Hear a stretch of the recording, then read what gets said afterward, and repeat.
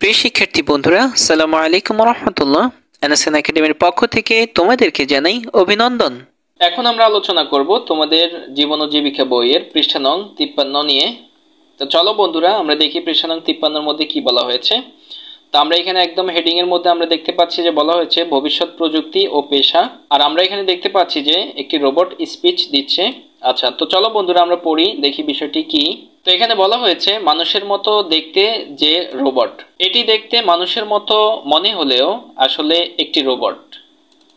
এরা কথা বলতে পারে, নাচতে পারে, অভিব্যক্তিও দিতে পারে, দেখতে পুরোপুরি মানুষের মতন কিন্তু মানুষ না। তবে মানুষের মতন চিন্তা করতে পারে তার উন্নত কৃত্রিম বুদ্ধিমত্তার কারণে। এই ধরনের রোবট কোন কোন কাজ করবে তা সাধারণত মানুষই প্রোগ্রাম করে ঠিক করে দেয়। তো মোটামুটি আমরা এই আর্টিকেল থেকে যেটা বুঝছি সেটা হচ্ছে যে এটা হচ্ছে যে একটা কৃত্রিম বুদ্ধিমত্তা রোবট। এটি হচ্ছে যে মানুষের মতো আসলে সবকিছুই করতে পারে, যেমন হচ্ছে মানুষের মতো করে নাচতে পারে, কথা বলতে পারে, অভিব্যক্তি দেখাতে পারে, তারপর হচ্ছে যে মানুষের মতো চিন্তা করতে পারে। তো মোটামুটি এটি হচ্ছে যে প্রোগ্রাম সেট করে দেওয়া হয়েছে এবং হচ্ছে যে এটি ইন্টারনেটের সাথে সংযুক্ত করে দেওয়া হয়েছে। যে কোনো ডেটা তার প্রয়োজন হলে সেই ইন্টারনেট থেকে সংগ্রহ করে সেটা বলতে পারে। তো চলো আমরা দেখি এরপরে কি। এরপর আমরা এখানে দেখতে পাচ্ছি 3D প্রিন্টার। তো এখানে বলা হয়েছে কম্পিউটারের প্রিন্টার যেমন কমান্ড পেলে লেখা বা ছবি প্রিন্ট করে দেয়, তেমনি 3D প্রিন্টার বস্তু প্রিন্ট করে দিবে।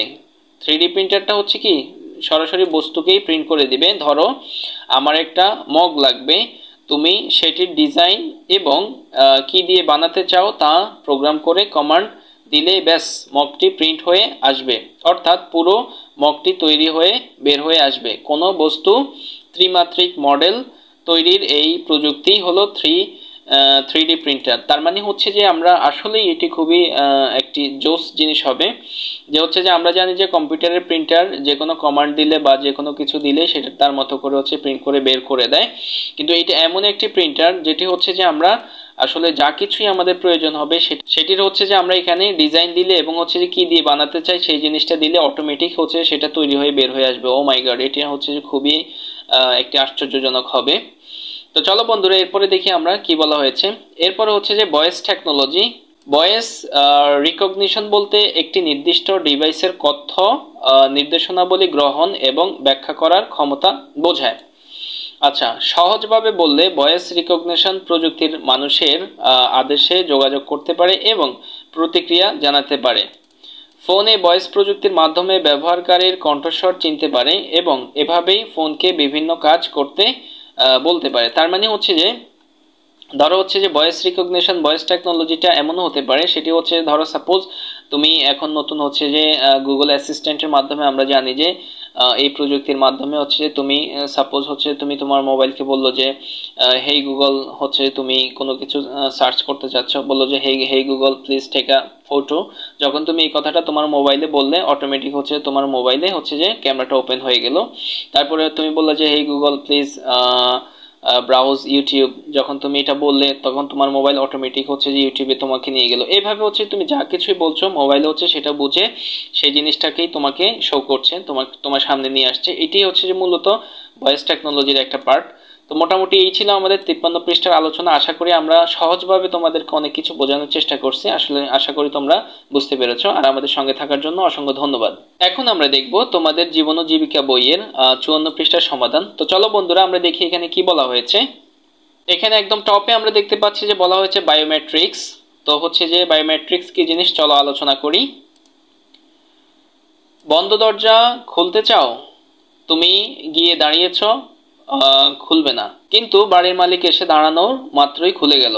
এই প্রযুক্তি তার প্রোগ্রামে দেওয়া তথ্য থেকে আসল ব্যক্তিকে চিনে নেয়।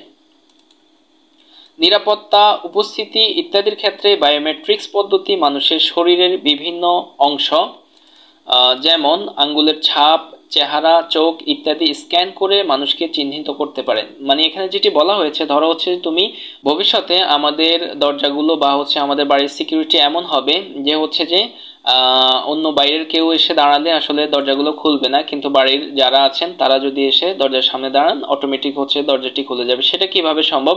এই যে সেটা হচ্ছে যে পরিবারের লোকজনের হচ্ছে যে চক্ষু, তারপরে এই যে চোখ, তারপরে হচ্ছে যে চেহারা, অথবা হচ্ছে যে হাতের যে আঙ্গুলের ছাপ, এগুলোর মাধ্যমে হচ্ছে যে ওখানে সিকিউরিটি দেওয়া হবে, মানে এগুলা হচ্ছে যে ওখানে প্রোগ্রাম সেট করে দেওয়া হবে। তো যখন হচ্ছে প্রযুক্তি দেখতে পাবে যে এই জাতীয় কিছু জিনিস তার সাথে ম্যাচিং করেছে, বা হচ্ছে পরিবারে এই জাতীয় কোনো ব্যক্তি আসছে, তখন তারা কি করবে, অটোমেটিক হচ্ছে দরজাটা খুলে দিবে। আর যখন দেখলো যে তারা তাদের মধ্যে যে প্রোগ্রামগুলো সেট করে দেওয়া হয়েছে এটার সাথে আসলে ম্যাচিং করছে না, তার মধ্যে যে প্রোগ্রামটি দেওয়া হয়েছে সেটি, তখন সে কি করবে, অটোমেটিক হচ্ছে দরজাটি খুলবে না। তো মোটামুটি এটি হচ্ছে বায়োমেট্রিক্সের সিস্টেম। চলো দেখি এরপরে কি বলা হয়েছে। তো এরপর আমরা দেখতে পাচ্ছি যে মঙ্গল এক্সপ্রেস। ওয়াও, এটি একটা ইন্টারেস্টিং জিনিস, যেখানে বলা হয়েছে যে ভবিষ্যতে হয়তো মঙ্গল গ্রহে মানুষের বসতি তৈরি হবে। আচ্ছা, তখন মঙ্গল এক্সপ্রেসের মাধ্যমে মানুষ পৃথিবী থেকে মঙ্গল গ্রহে নিয়মিত যাতায়াত করবে। ওয়াও, আমার মন চাই যে এখনই যাইতে। তোমাদের কি মন চাই কিনা? আচ্ছা, তো এরপরে দেখি কি বলা হয়েছে। এরপর বলা হয়েছে যে উপরে যে প্রযুক্তি সম্পর্কে তোমরা কিছুটা জেনেছো, কিছুদিন আগেও এই প্রযুক্তি ছিল স্বপ্নের মতো। বর্তমানে এসব প্রযুক্তির বাস্তবে রূপ নেওয়া শুরু করেছে। এই ধরনের প্রযুক্তি যখন বাস্তবে সাধারণ মানুষের আওতায় চলে আসবে, তা আমাদের ব্যক্তি জীবন, সমাজ জীবন ও পেশাগত জীবন ব্যাপক পরিবর্তন আনবে। এমন একটি প্রযুক্তি হলো চালকবিহীন গাড়ি। চালকবিহীন গাড়ি যখন পুরোপুরি চালু হবে তখন কি হতে পারে, চলো একবার ভেবে দেখি। সো ডিয়ার স্টুডেন্টস, মোটামুটি এই ছিল আমাদের 54 পৃষ্ঠার আলোচনা। আশা করি তোমরা বুঝতে পেরেছো, আর আমাদের সঙ্গে থাকার জন্য তোমাদেরকে অসংখ্য ধন্যবাদ। এখন আমরা দেখব তোমাদের জীবন ও জীবিকা বইয়ের পৃষ্ঠা নং 55 এর সমাধান। সুপ্রিয় বন্ধুরা, পৃষ্ঠা নং 55 মধ্যে আমরা দেখতে পাচ্ছি একটি চিত্র আছে। চিত্রটির হেডিং দেওয়া হয়েছে যে ভবিষ্যৎ চক্র নামে, আর চিত্রটি হচ্ছে যে চালকবিহীন গাড়ি সম্পর্কিত। তো আমরা এখানে দেখতে পাচ্ছি যে আসলে এখানে চালকবিহীন গাড়ি সংক্রান্ত এই চিত্রের মধ্যে মানে যেটা বোঝাতে চেয়েছে সেটা হচ্ছে যে চালকবিহীন গাড়ির হলে আমাদের কি কি প্রভাব পড়বে। চালকবিহীন গাড়ি যখন চলবে আমাদের রাস্তায় তখন হচ্ছে কি ধরনের প্রভাব পড়বে, এই বিষয়ের উপরেই মূলত এখানে আলোচনা করা হয়েছে। তো আমরা এখানে প্রথমত দেখতে পাচ্ছি যে এখানে হচ্ছে যে এখানে বলা হয়েছে যে বেকারত্ব বাড়বে। তো চালকবিহীন গাড়ি যখন আসলে ইমপ্লিমেন্ট করা হবে তখন হচ্ছে যে বেকারত্ব বেড়ে যাবে, কারণ সারা বাংলাদেশে কয়েক লক্ষ চালক আছেন, তারা আসলে তাদের চাকরি হারিয়ে ফেলবে। তো সেজন্য হচ্ছে তারা আসলে বেকারত্বের মধ্যে ভুগবে। তারপরে হচ্ছে যে মানুষ আরো বাঁচবে, রাস্তায় দুর্ঘটনা কমবে। তার মানে হচ্ছে যে রাস্তার মধ্যে হচ্ছে যে দ্রুত গাড়ি চালানোর যে প্রতিযোগিতাটা আছে সেটার কারণে আসলে দুর্ঘটনাটা বেড়ে যাচ্ছে। মানে এক গাড়ি অন্য গাড়িকে যেভাবে আসলে উঠিয়ে দিচ্ছে, এটা আমরা বিভিন্ন সোশ্যাল মিডিয়ায় দেখতে পাচ্ছি। এইসব কারণে আসলে দুর্ঘটনাটা বাড়ছে। কিন্তু যখন চালকবিহীন গাড়ি আসবে তখন হচ্ছে যেটা প্রোগ্রাম সেট করা থাকবে, অটোমেটিক্যালি হচ্ছে যে গাড়ি তার নির্দিষ্ট নিয়ম নীতির মাধ্যমেই চলবে। এই কারণে হচ্ছে দুর্ঘটনাটা অনেকটাই কমে যাবে। তারপরে হচ্ছে যে চালকদের চাকরি চলে যাবে, এটা অলরেডি আমরা আলোচনা করেছি। চালকদের চাকরি চলে যাবে, বেকারত্ব বাড়বে।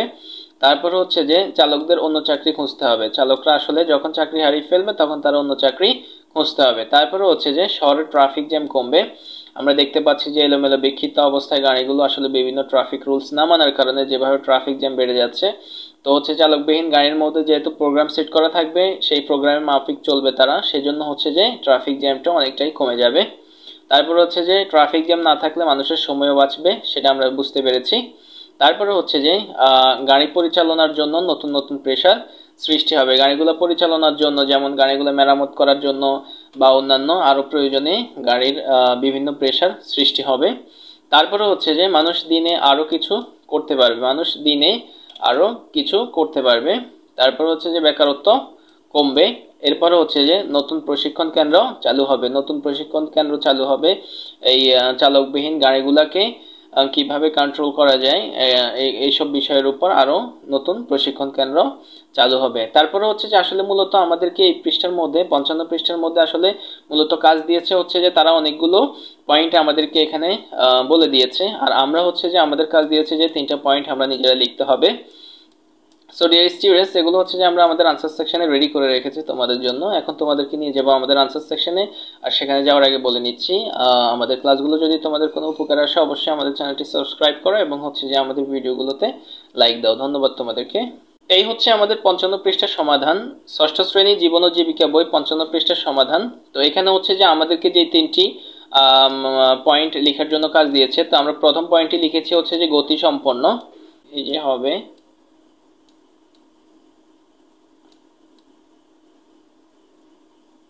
গতিসম্পন্ন হবে।